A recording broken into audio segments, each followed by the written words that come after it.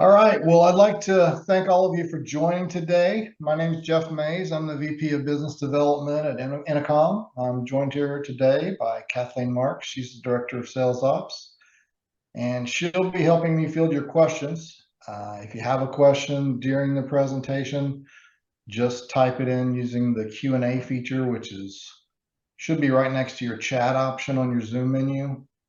And we'll be sure to answer as many as we have time for. If I don't get to your question for some reason during the presentation, I will definitely respond to you over email after we're finished. So the agenda for today, I'm going to be talking about our changing business landscape for financial institutions. I'll cover some common frustrations that consumers feel when dealing with banking technology. We'll discuss the return on investment, which is obviously important. And many of you may not need any kind of convincing about the need for the technology that we'll talk about today. But if you'll bear with me for just a few minutes, I'll make a few quick points, and I promise we'll quickly get to the product demo. We'll cover just a few relevant, what I consider very relevant topics, and then we'll do a demo of our product called Emerie. At the end, we'll answer any questions, so be sure to enter those through the Zoom Q&A as we move along and as you think of them. So let me start out quickly with who ENACOMM is. We've been in financial services for over 30 years. We develop what would otherwise be seen as big bank solutions, and we make them available for banks and credit unions of all sizes. And that doesn't mean that we can't do some customizing when it's necessary, but maybe 98% of the time, everybody seems to want the same functionality or very, very similar functionality. So having a starting point in an already designed product works out great for your bottom line. And that's what I think a lot of people enjoy about kind of at that similar starting point. We're 100% hosted. We have full redundancy through 2 data centers, one in Tulsa, one in Austin, and we give full DR protection across the board. A few of our 200 plus clients, they range anywhere from global companies to small local credit unions. So we have a huge range of clientele, and that's the type of company that we are. We can deal with a pretty large scale. Multiple ways to interact are really not the exception anymore. And this is a really important part of what I'm going to talk to you about today, because there's more new ways to interact coming. There's going to be new inventions, things that we haven't even thought of yet. So when you think this through, it means you need a partner that's experienced in this industry, someone that really understands your vertical stack and the unique challenges you have, whether that be regulatory or data security or the 100 other ways that financial institutions are really far different from other retail operations. So this isn't a product that we offer to any other type of industry.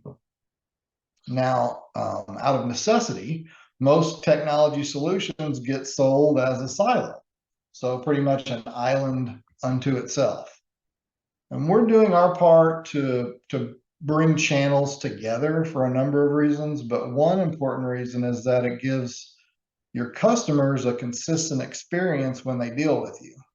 But another one is that your data gathering and reporting are far more complicated when the systems don't properly talk to one another. So this all happens, the talking to each other happens through our API gateway, so that multiple product solutions get integrated to your core through the gateway, and brilliantly it turns what was once a siloed separate piece all into units that are working in harmony. So the gateway, in conjunction with our data center, it's called VIA, is perfect for analyzing data from multiple sources, and it's extremely helpful when it comes to detecting and preventing fraud, or just simply comparing apples to apples, in reporting. So chat, most retail product sites, most any other site at all has a pretty good chat feature. But unfortunately, in the banking world, it is a little underwhelming. And, that's because you expect something that you can't get, or you have to wait on some actual person in the contact center to finish what the bot started. And that is usually a much longer chat than you would expect. So as you can see from the slide, it can end up a very frustrating experience for your customers. People want to do the easy stuff on their own. And most, not all, but most chat options through banks and credit unions don't allow for that. So I'm going to show you something today that does. This last bullet point on the slide gives a stat from a Gartner survey on contact centers, and 37% of the agents said that people would become, quote, noticeably angry when they couldn't do a simple task on their own. So I just really think that's a high number for using the term noticeable, right? So it's a clear indication that maybe our current iteration of the customer experience isn't working exactly like we had all hoped. And I brought this up because we have a changing behavior pattern in our customers, especially those that are younger, the Gen Z or younger millennials. They only go to customer service after they've attempted at self-service and failed. Now that's upsetting to them, and most people can relate to that. But this younger generation has shown in recent surveys to be quick to move on from their bank or credit union, and that's just based off of one negative experience. So that makes getting it right the first time a higher stakes game. And now that the bar has been raised, that bar's been raised because of higher expectations. And those are expectations that technology is always making the experience better. So with that said, let me introduce something that time and time again will pass that high bar test. And that is ENACOMM's answer to self-service that we call emerie. So emerie is many things. In the simplest explanation, emerie is the voice to help your customers with whatever they need, whether it's over the phone, over chat, through a text, etc. It's the kind of thing that a Gen Zer would excitedly show their parent. You can talk completely normal without needing to repeat exactly the right phrase. The language model allows you to have a conversation, and that conversation allows you to completely do a fully authenticated transaction without the need for the contact center agent or really for any other person to be involved. You get your balance, you transfer funds, you check on a transaction, on and on and on. So let me show you quickly at a high level how this works. Customers use different channels, whether that be web chat, SMS, phone, or maybe, like I said, something that hasn't even been invented yet. And remember, I say phone or call, and I use web chat as an example a lot, but this is really for whatever way you can think of to communicate. So customers are coming to you for a number of reasons, but specifically the use cases that are listed here, they're a large percentage. And that's when they'll interact with emerie. Well, let me be clear. There are two levels to emerie, and as you'll see, you don't really have to authenticate until you start getting into those types of requests. So if you need to access your account, then you're going to have to authenticate, obviously. But if you want to just know what CD rates are or branch locations are or whatever, you won't have to authenticate for that because those are just general FAQ type questions. The beauty of what you'll see from emerie is that even once you have to authenticate, not only is the process quick, but the answers or the results come quickly, and that makes a really good experience overall. There's usually not even a need for a transfer to the agent. If it does require human intervention, we do have something called Connect. And what that does is it takes the caller's information, including the fact that they've authenticated already. So you don't have to ask them, additional questions. And it takes that and it puts that on the screen in front of the contact center agent. And that way the agent knows that it's an authenticated caller and they know what they're asking about because they see the dialogue. So it's a huge upgrade for the customer experience, but it's also a lot more satisfying for the agent. We found it cuts call times in half, so scalability is a big consideration too. But all these interactions are tracked by our data center, which, like I mentioned before, is called VIA. So this gives you the ability to process reports through a variety of channels. And so with that ability, you have a much better understanding of your customers' requests or challenges that they might be having. But it really gives you a powerful tool against fraud, because VIA and our fraud control module are basically two ends of the same tool, or two sides of the same tool. Now, I'll stop here. I realize reporting that you're able to get is not the exciting part of the product, but it is a powerful part of it because of all the different things you can do, whether that be marketing to understanding pre-fraud behavior. All this is controlled by as easy to use management portal. And this is an interface that does not require any kind of programming knowledge. It's called Engage. And it's kind of your way of turning the knobs and pushing the buttons to fine tune things exactly like you want. Now, I know I don't need to explain why fewer calls, fewer transfers going to your call centers is a good thing. But if you just look at it from a cost per call perspective, Emery is by far the most efficient and the least expensive of anything you can do to really improve your customer experience. So the return on investment is really why you should seriously consider doing it, even if you couldn't care less about the technology advancement.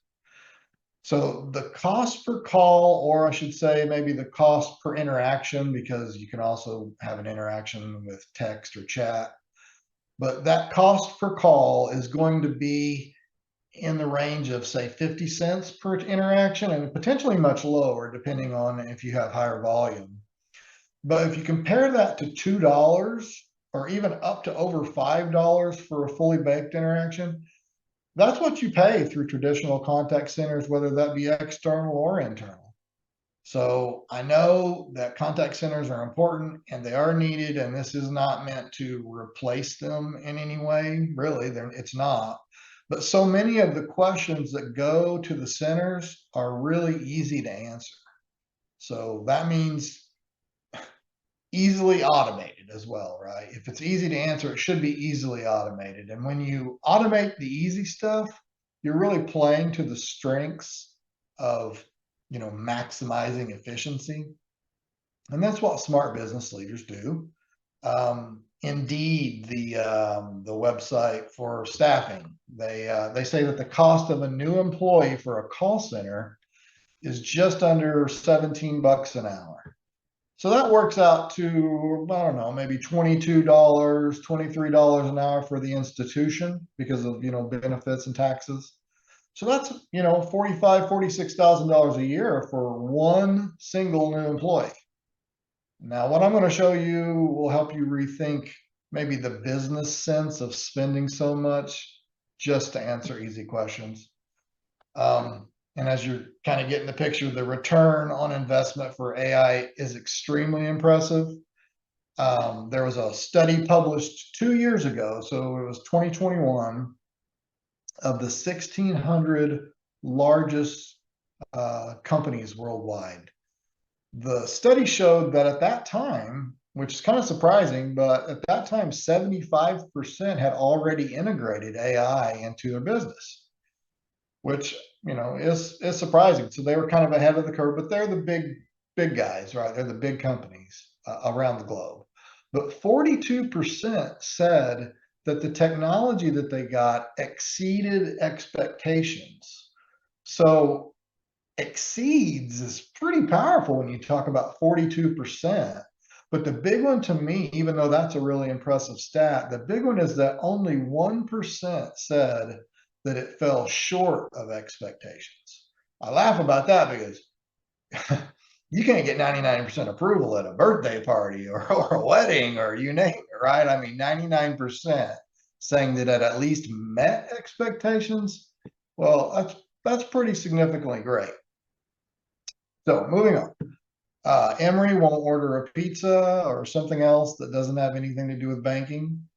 And I won't bore you with the details of the natural language processing or natural language understanding or the AI learning information, at least not here and now. However, if you want to learn more about those pieces, I would encourage you to contact me. I can set something up to go into greater detail about that. But I will tell you that our solution combines learning where the AI teaches itself combined with a process where humans regularly refine the information. So the point is that it gets even smarter and better at serving your customers over the course of time. And the learning mechanism will guide Emery to talk the appropriate lingo, and therefore it mitigates your risk of having an AI that gives out imperfect information. So to be perfectly clear, this is not Chat GPT 5.0 unleashed. This is a business tool with clear, hard stop boundaries that are designed for financial transactions. And that means it complies with banking regulations and security requirements. And those are really not easy standards to meet. Now, I'd like to show you this last slide because it is revealing.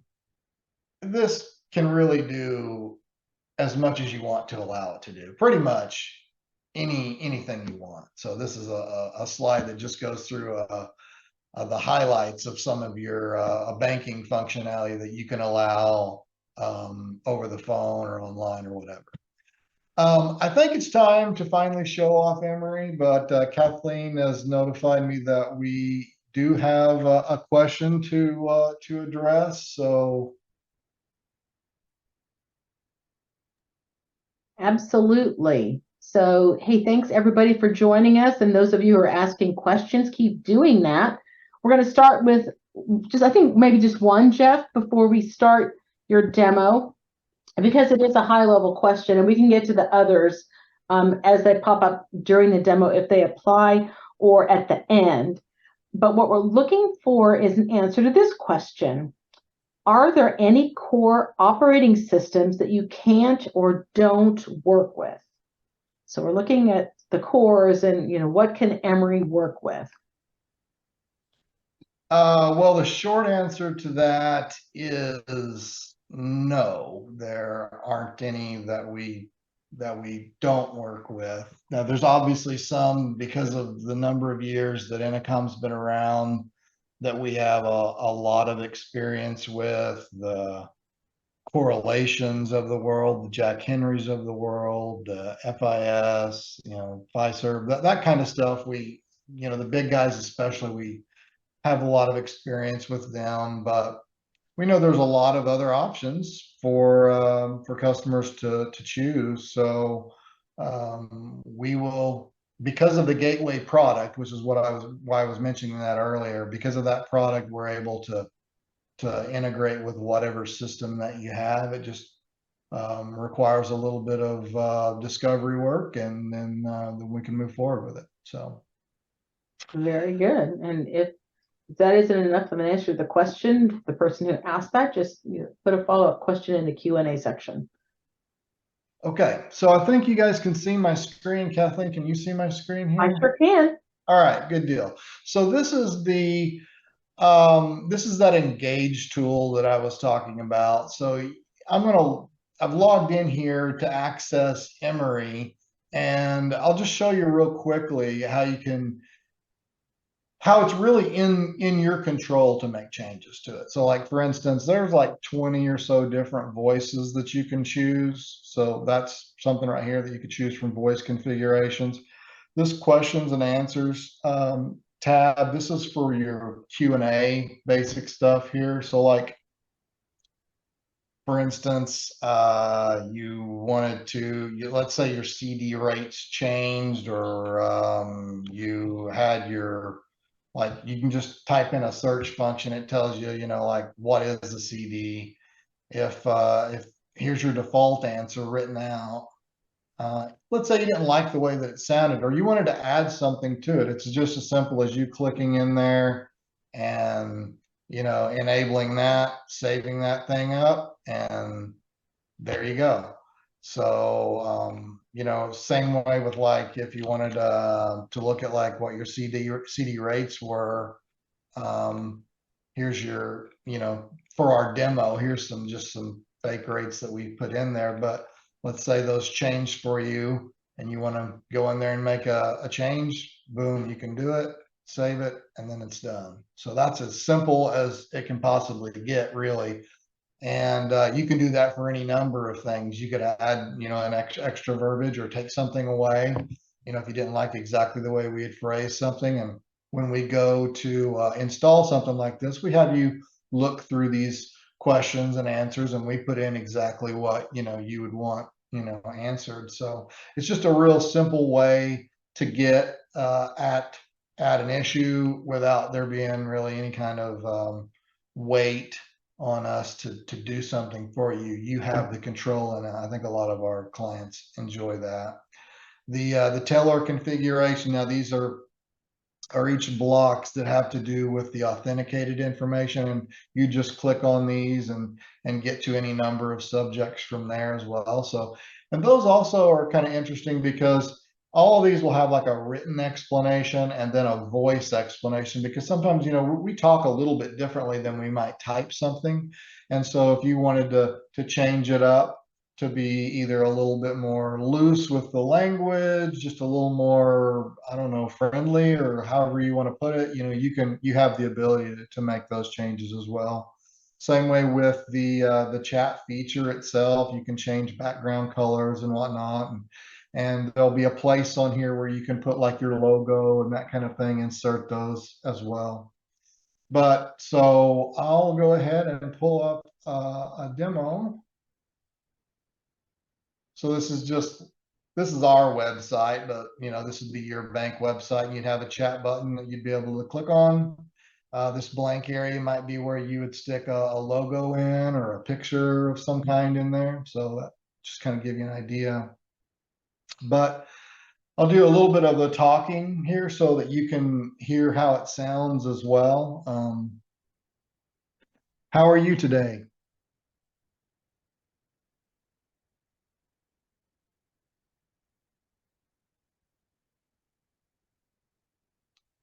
Kathleen, did you hear that? No. Okay, sorry. I know I realized I did something wrong. I forgot to share my sound. So that matters. It does. A little setting in Zoom. Very easy to find once you remember that you need to.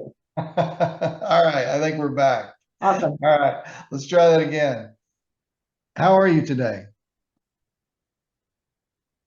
Great, thanks for asking. What can I help you with today? We heard her. All right, good deal. So let's just ask, what is a CD? A certificate of deposit, CD, is a type of savings account that typically has a higher interest rate than a traditional savings account. Banks and credit unions offer CDs, and they require the account holder to deposit a certain amount of money for a specified period of time, known as the term. The term can range from a few months to several years. In exchange for the deposit and agreeing to leave the money in the account for the term, the account holder receives a higher interest rate than they would with a traditional savings account. So I wanted to let it have a chance for you guys to hear, how nice of a conversational voice and a good tempo that it talks with. It doesn't really sound computerized or anything like that. So it's just a good voice. And like I said, there's 20 something voices options to choose from. And regarding the chat feature, even text, like I said before, you're able to put answers that present the message that you want to get out. So let's just consider that message might include promoting a third-party service of some kind, like a credit check or a credit repair, or you name it. And you can do that as part of your answer. You can put a link in there. So that means that is something that could potentially be monetized. Imagine a link to a car dealership or a local grocery store, or whoever you want to partner with. It's basically your option, if you want to make that link available. Now, they don't have to pay you for it, but you get the idea that they could. And this is something that can easily be added, like I was showing you before. So how about, what are your CD rates? Here are our current certificate rates. 1-year CD rate, 0. And I wouldn't have had to have said it like that. I mean, I could have just said, tell me your CD rates. Here are our current certificate. So that's part of the whole thing, is that it understands in such a broad way that you don't have to phrase it just right, like you really have to on these hard coded systems, whether it be voice banking or not. It's not actively learning like this particular kind of a system is. Like, what are your branch locations? We have 2 branches. 1. Our northern branch is open Monday through Friday 9 a.m. to 5 p.m. Eastern Time.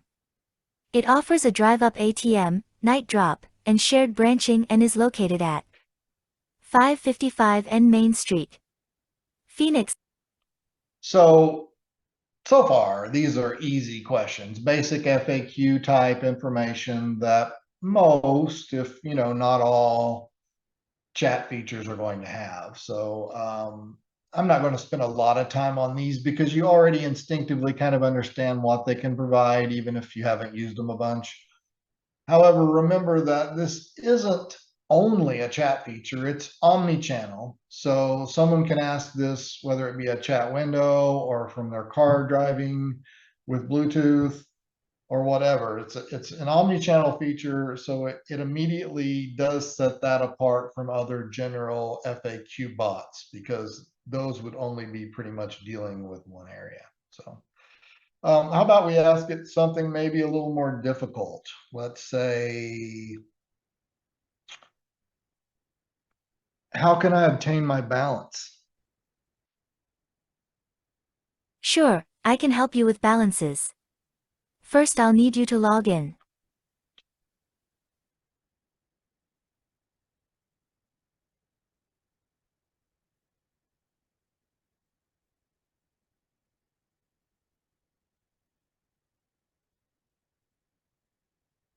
And the beauty about this is that it's going to remember the question that I had asked of it. And that's nice too, because you're not having to re-ask something again. It's kind of fluidly going from one thing to another.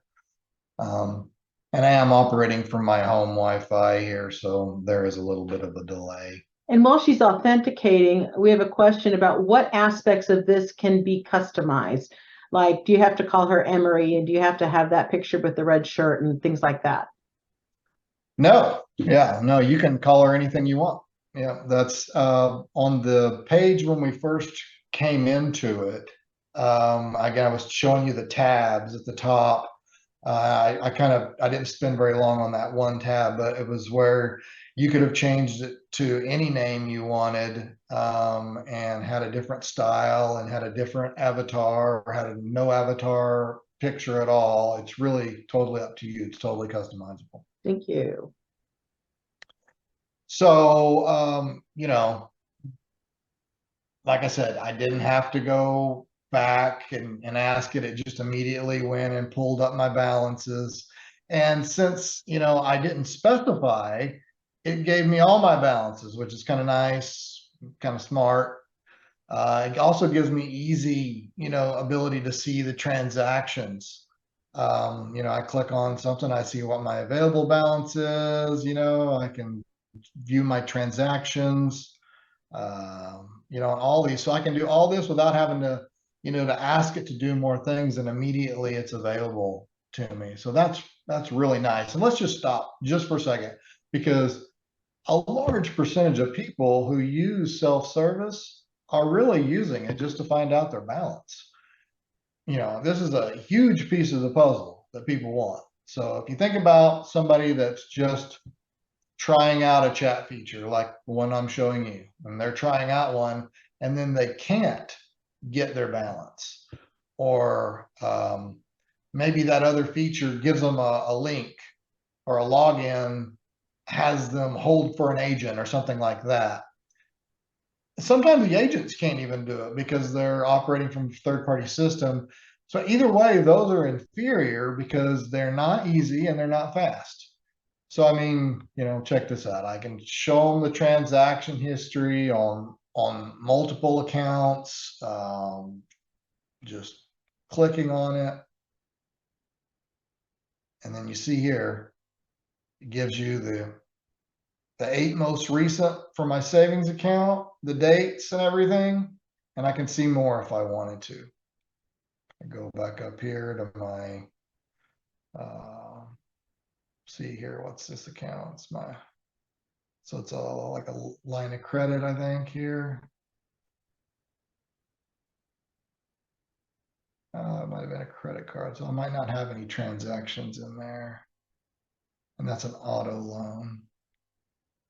See if it shows me anything.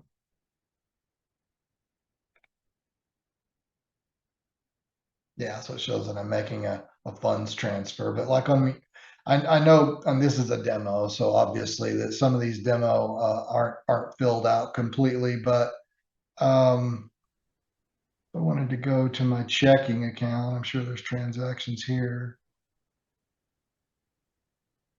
So yeah, you can, same way, real easy to read. The dates are large. You see all the things that happened on those dates. So really pretty cool. But it's the dynamic that I was talking about earlier, where, society is changing expectations about how things should function. We expect things to be easier when you have technology. So when you put a chat feature on a website, people expect that to improve the overall experience, to the point where maybe possibly they can exclusively use that chat feature to do the majority of their banking. And that would be easy and fast. And you, like I said, you don't really get that in other places, but that's exactly what you get from emerie. So I have the ability to get my balance and do any number of other things that would normally require a live teller to help me accomplish. Now, I'm not saying there won't be people still using the online platform or to just log in and do it on their own. Of course there will, just like there's always going to be people that'll want to call in to do something, because people have their own preferences. And all this is that you're able to do the job of giving them what they want in a more efficient and better way. And so different generations are all getting what they want at the exact same time. And that's really revolutionary because you aren't leaving anyone out, and you're allowing, and by doing so, allowing somebody else to come along and scoop that person up. So Jeff, we have another question. okay. Do we have to have this pop up for emerie, or is there some other way that emerie can be displayed? There's an inline feature where it can fit, and it's kind of it's up to the size of whatever you want to make it. So I could make this larger, I can make it smaller, and the other one is an inline feature that does, it's kind of the same way. You can make it a much larger piece, or you can make it a smaller piece, but it fits. So there's a pop out, and then there's kind of like just a sidebar of your screen. So yeah, both ways are optional to you. So, and I was going to show you. Oh yeah, you can also transfer money, which I will show you that. But I was going to mention to you that, by doing this, by making the advancement, you're really just doing the exact same thing that people have done for years. The same people that didn't have a drive-up window at one point decided we need a drive-up window, or they didn't have an ATM, they decided we need an ATM. And then later people, allowed online access to their customers. So this is really just the next step, but it's a major step because of a number of reasons, but to name just a few, it's easy and fast, like I think I've said 4 or 5 times, but it's excellent customer experience. It eliminates the silos, and overall, it really reduces your costs. So, so let's say you want to transfer money because from this particular screen, you're not really able to transfer money. And so I want to transfer money. And so one of the things about this is that, it's going to allow you to do it with just these drop down menus. And so you don't even have to be real super specific. Since you've logged in, you've authenticated yourself, you're able to go in there, and it identifies you and every account that's associated with you. And then it doesn't really make you decide or tell them which number you want, because it gathers up all that information for you, and then it presents it to you in a drop down menu, so you can just click on it and move forward from there. I apologize. I'm going to blame Cox. I'm going to officially blame Cox for my slow internet connection. But still, from like here, it shows me my savings and my checking. I'm going to take some money from my savings and transfer it to my checking. And I'm going to make it $200. Whoops, not 2,000. I want to do 200. But if I would have done 2,000 accidentally, it does ask me to confirm, right? So that's nice. So just yes. Gives me my confirmation number. So, now I just say I want to look at my balances a different way. Show balances.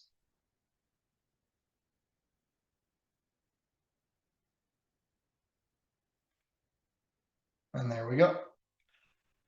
So now you can see by comparison, the money, the $200 has moved. So when you compare it to what it was up here, I'm scrolling up, so hope not making anybody dizzy, but my savings was 3,250, and now it's at the 3,050, and my checking has went up by $200. So it immediately makes that transfer across, and so you can see that. But when I said, you can say things different ways, whether it's show balances or check balances or whatever, it does remind me about what I mentioned earlier about the natural language processing and the natural language understanding, because it combines the machine learning with what we call managed learning, so that over time, emerie will get more and more conversational, to the point where emerie will learn patterns, and that it will make it actually more of an assistant. Like, for example, if every month you pay your bills, that's really the only reason why you're getting in your account. Let's say that's how I do. Once a month, I'm getting in there and I'm paying some bills out of my account. Well, it would learn that about me. And then if I'm paying certain bills from that account, it would remind me. It would say, by the way, you have an electric bill due in 3 days. Would you like to pay that now? And so that's a huge leap forward. That's what we call intent. And so as your customers as it gets more familiar with your customers, it'll learn habits like that. That'll just be like a helpful reminder. And if they want to do that, then they can, without really having to initiate it. It initiates that to them just as a reminder to them. So that's kind of part of the brilliance of the technology. So what I've shown you is, how you can get into it, adjust it, present the message of the marketing material, or highlight whatever you want to highlight. But we've also covered how easy it is to get information quickly. And then once you're authenticated, get in there and do account transactions, whether that be just checking your balance or 100 other things that you could do potentially. So the limits are really up to you and what you want to allow it to do. I'm sure you're understanding how incredible the scalability of it is, and also how the time really for this transaction it's right now. The transition to AI has kind of lingered for a while, but I mean, it's at its fever pitch in today's age. And so things are happening quickly with that. And it's not only for the sake of really your customer experience, but for the business sense. that it makes, and it makes a huge amount of business sense to do it. So at this point, I know we've had a few questions. Kathleen, do you have any other questions laid out there? I sure do. I had to be on mute there because I also work from home and it's trash day. And the dog was letting us know that the trash people were here. So I think they have moved on, or she's satisfied that we're going to be safe from them. Anyway, okay, I have some more questions, but folks, please feel free to keep adding them to the Q&A feature there. So Jeff, the next one is, who is responsible for the managed part of the managed learning? Okay, well, it isn't up to you, but I closed my screen out already. But at the end of each one of the questions, there was a thumbs up or thumbs down. So that can help because, for instance, let's say you ask it a question, or your customer asks it a question and it didn't really answer exactly like they wanted. Well, then they can click that thumbs down and it'll give them another little screen that comes up, and it'll say, what was it about the answer that wasn't correct, and so that way we can use that feedback from customer experience to learn from it. But we partner with Microsoft, and so they are really the drivers behind the brains of it that allow it to learn intent and that kind of thing. And then we partner with them in a way that helps to understand, because when we have all of our customers, we're gathering all this data from them about things that work, things that didn't work, that how things might need to be tweaked a little bit. But that system kind of learns it better, and really what it does is it helps it to become a larger language model so that it really understands what people are asking. And it understands it quite well right now, extremely well, but it'll understand it even more. And so we do that in partnership with Microsoft to help that. So hopefully that answers it. Thank you. Here's another one. We have a hypothetical question from one of our participants.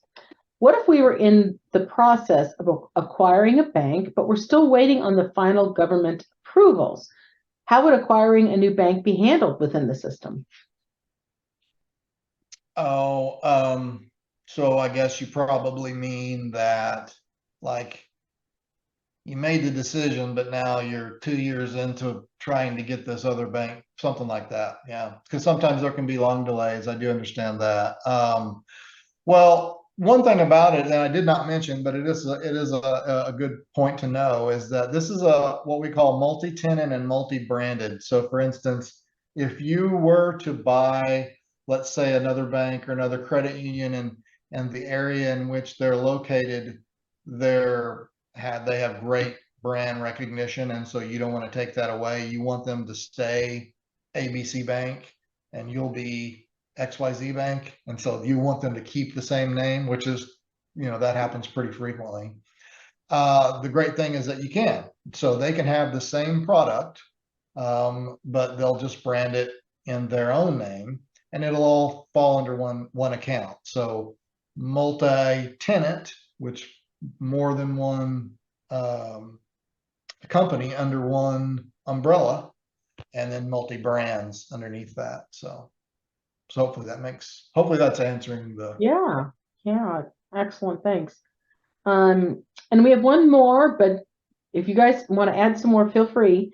So somebody was asking that you'd mentioned ROI, but wanted you to talk about that some more. Well, okay, so on the ROI topic, I did have the slide earlier that was talking about cost per call or cost per interaction, how it pertains to chat or a chat session, rather than a phone call. And I mentioned, how the average interaction is like $2. It's actually, I think, $2.20, but that's just for the employee cost. So Emery will end up coming out to something more like 50 cents or maybe even less. But you can also consider that the average new call center employee, like I mentioned before, is 45 grand a year, and Emery can do the work of 1,000 people. So it's hard to quantify, though, really, about the ROI. I do want to go out of my way to make this point. You don't really know because exactly how it's going to work out, because you don't know what your future plans are yet, because they might change next year or a few years down the road or whatever. Because your future plans and emerie, they are going to matter. There's a just to kind of I'll put a fine point on it. There's a research scientist by the name of Peter Chris, and he's from this place called Medallia, who is all about the customer experience. And he also writes for Harvard Business Review, but he spent a lot of time trying to quantify CX, customer experience. And it's really a concept that goes all the way back to the 60s, but it's really changed a lot in, say, the last 10 years.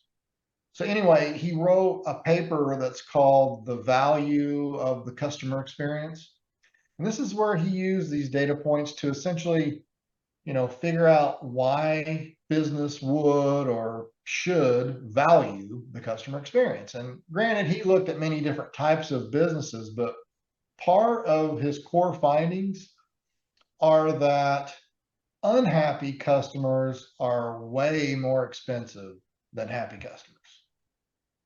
So it might make sense to all of you on, this today.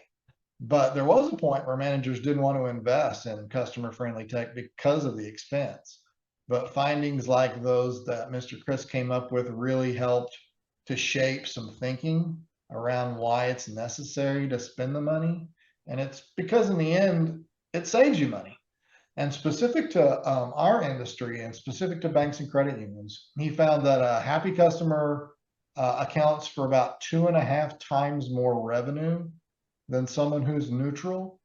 And also there's a McKinsey report that showed deposits grew, and this is pretty significant, that showed deposits grew 84% faster at financial institutions with the highest degree of customer satisfaction compared to those with the lowest satisfaction rating. So that's a pretty big, boom moment. If you make your people happier, they end up putting more money into your institution. So it's more than only about saving money. It's your customer, your member. It's that base of people putting more money into your institution, and that's very hard to quantify before you make the investment. It's kind of impossible, but it's good to know that there are studies, done to kind of help us understand why the focus on the customer experience is important. So, any other questions, Kathleen? That was the last one that was in our Q&A session. All right. Well, let me just wrap this up today. I want to thank you all for joining. I really appreciate it. I want you to please reach out with any additional questions or just to find out more specifics. I know I kind of did a high level talk today, didn't get really down into the nitty gritty because there's always usually some very specific things that people want to know. And so definitely reach out to me about that. We can get into more details, especially about pricing and implementation and that kind of thing. But thank you very much for your time. Once again, I'm Jeff Mays with ENACOMM, and thanks to you, and have a great day.